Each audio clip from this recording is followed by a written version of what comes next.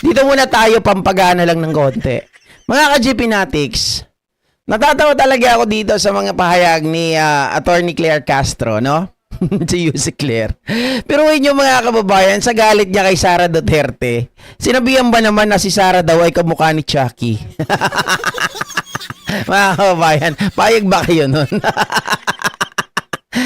Tingnan nyo yung mata. Tingnan nyo yung kilay. Hawig na hawig talaga.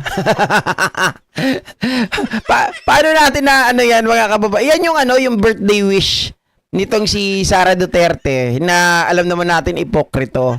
Kasi nung una, sabi niya na dapat daw ang mga Pilipino, dapat daw may pagmamahalan, 'di ba? Pero pagdating po sa kila PBBM, mga ka-GP Natics, ay biglang nagbabago yung muka nitong si Inday Sayad. 'Di ba?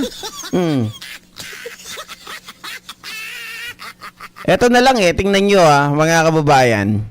Papakita ko sa inyo kung paano nagbabago, paano nagtatransform etong si Sara Duterte.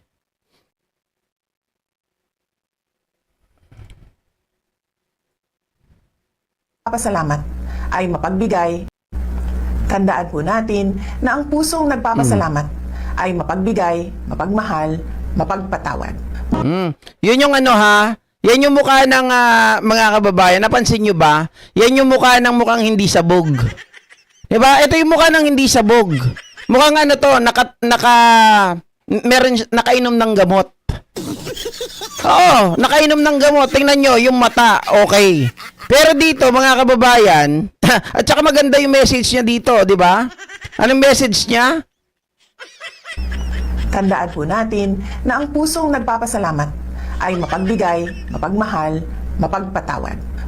Mapagbigay, mapagmahal, mapagpatawad.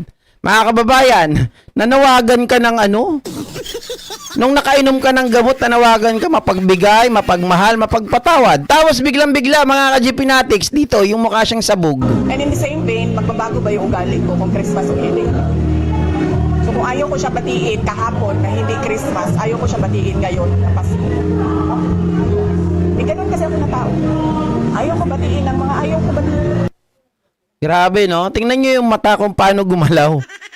Ang tindi.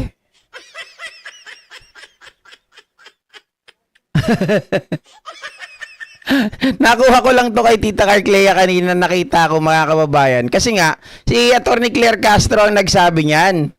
Na daw, si Sara Duterte ay kamukha ni Chucky. Teka. Ayan sabi niya sa kanyang pahayag mga kababayan, BP Duterte, kamukha ni Chucky Dal. Pala sa Press Officer Attorney Claire Castro fired back at Vice President Sara Duterte after the latter refused to deliver a Christmas message to President Bongbong Marcos Jr. during her Christmas Day interview with members of the media. In the latest blog, Castro compared Vice President Sara Duterte's face with when she is angry to the doll Chucky from the American horror film Child's Play. Di ba? Grabe yung tawa ni Yusek Claire Castro, mga kababayan. May kahawig si Sara Duterte pag ganyan ang itsura. Tingnan nyo yung itsura niya dito. Parang ganito, Chucky Dal. Nagsasalubong ang kilay, parang ganyan lang kapag galit. Kaya nga, di ba? Sabi Sir Leo, makainday lustari din yan pala yung libiste. Hawig ni Chucky Dal na mamamatay tao. Lalong-lalo na yung sabi niya, yung galit na galit siya, di ba, nung nakulong itong si Zulaika Lopez. Tanan nyo lahat! Ganun pa siya, Mama Anibel Serdan, shoutout po. Mapagbigay, mapagpasalamat, mapagpatawad, paka-plastic mo. Talaga Piona, yung mga sinabi mo, kabaliktaran sa ugali mong may saltik. Kaya nga, pero ang pinopoint out natin dito, ganun na lang kabilis yung transformation, mga kababayan. Kasi, pag ikaw, nagsasabi ka ng mapagbigay, mapagpasalamat, mapagpatawad, tapos, mga kababayan, nung may mga tao na binabanggit, ayaw ko, di ba? Paano mapagmahal, asa na mapagbigay doon, asa na mapagpasalamat doon, asa na mapagpatawad doon. Di ba? Ginagago lang tayo ng mga to eh. Sa totoo lang, ginagago lang tayo ng mga politiko na ito. Halatang halata na, dapat kasi sila yung magiging huwaran. Di ba? Sila lang naman yung nakikita natin na ganito eh. Siguro mga kababayan, kung ayaw mo talagang batiin yung tao, you better shut up. Di ba? You better shut up na lang eh. Shout out. You better shut up. Di ba? You better be, you better not to say anything. Huwag ka na lang magsalita. Sabihin mo, pas, ayaw kong sumagot dyan. Baka iba na naman ang isipin ng tao. Di ba ganon? Oh. Diyos ko. Wala yan. Dinaanan ko lang naman yan, mga ka-GP Natics. Yung kamukha ni Chucky. Kamukha naman talaga, di ba? Tingnan nyo yung kilay, guys. Tingnan nyo yung mata. Kung hindi lang siguro Dal, itong si Chucky, talagang hawig na hawig ni Sara. Oh. Tingnan mo yung ngiti ni Atty. Claire Castro. Visit na yan. Chucky. Oh. Eto mga kababayan, dito naman tayo. Ang bilis lang, dinaanan ko lang yun eh. Natuwa lang talaga ako dun sa kanyang sa mukha niya. Kamukha ni Chucky. Si Chucky mamamatay tao, di ba? Si Sara, mamatay na kayong lahat.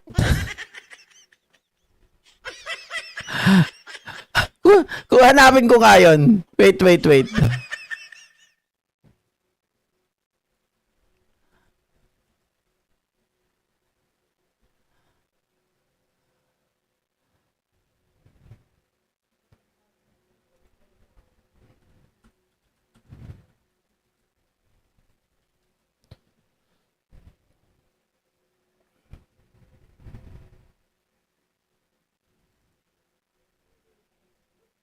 Dali guys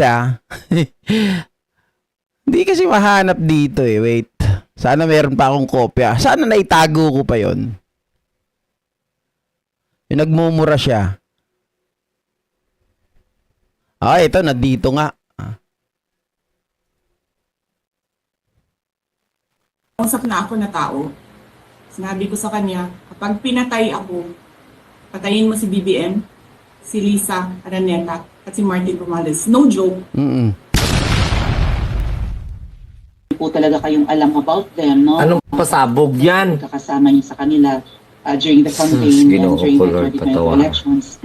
Baka po mamaya kasi totoo yung mga naririnig namin or yung, I don't know if it's true, na meron daw silang Operation Romanovs and baka bala kayong ubusin ang inyong pamilya dahil hadlang kayo sa kanilang mga posisyon or ng corruption. Kasi may kinausap na ako na tao. Sinabi ko sa kanya, kapag pinatay ako, patayin mo si BBM, si Lisa Araneta, at si Martin Romales. No joke. No joke.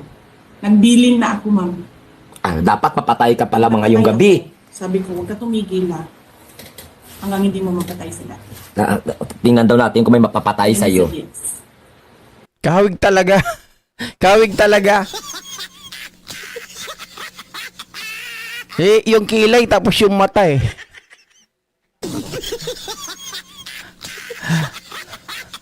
Wala, may nakita ko lang yan guys. Naalala ko lang talaga ito bigla.